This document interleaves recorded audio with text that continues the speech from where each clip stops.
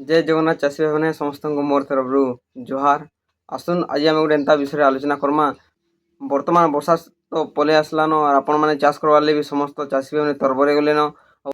सब चाषी भाई भिन्न भिन्न प्रकार चाष कर आज आम आलोचना करमा मुख्यतः भेड़ी चाष उपर, जेना कि आपणकर गोटे बहुत बड़ समस्या रही जेना कि आपणकर भेड़ी गछटा खराब हो जाती, काबरी चित्री ही जासी, गछटा ग्रोथ नहीं करे न फलटा नष्ट हो जाती, जार फल कि आपण मानक बहुत मात्रा क्षति सवाके पड़ी।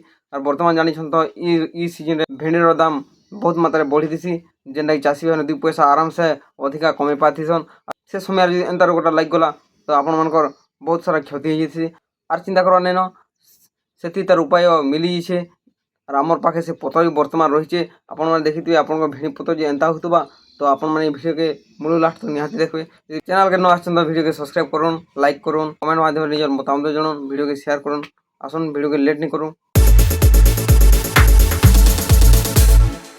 देखुन बर्तमान पहुँची आम पाखे से भेड़ी पत्र जेन रोग आपण मैंने अनुमान कर पारे।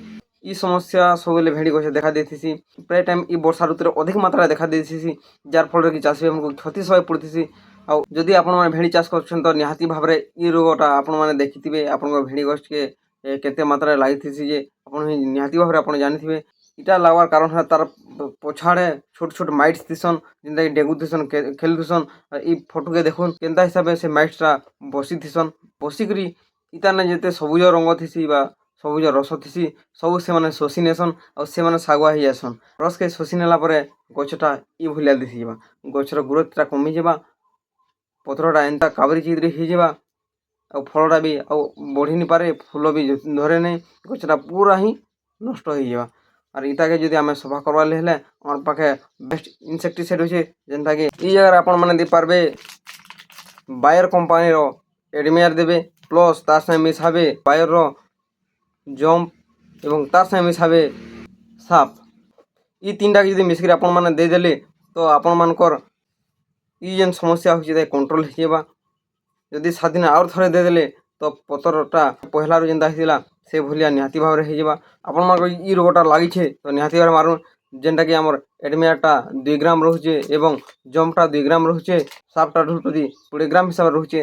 और एतिके आपण मारिदन निहाती भाव आपणकर ये जेन काबरी चित्री समस्याटा देखा जाउछे, ई समस्याटा आपण मानकर पारके दूर हो जावा।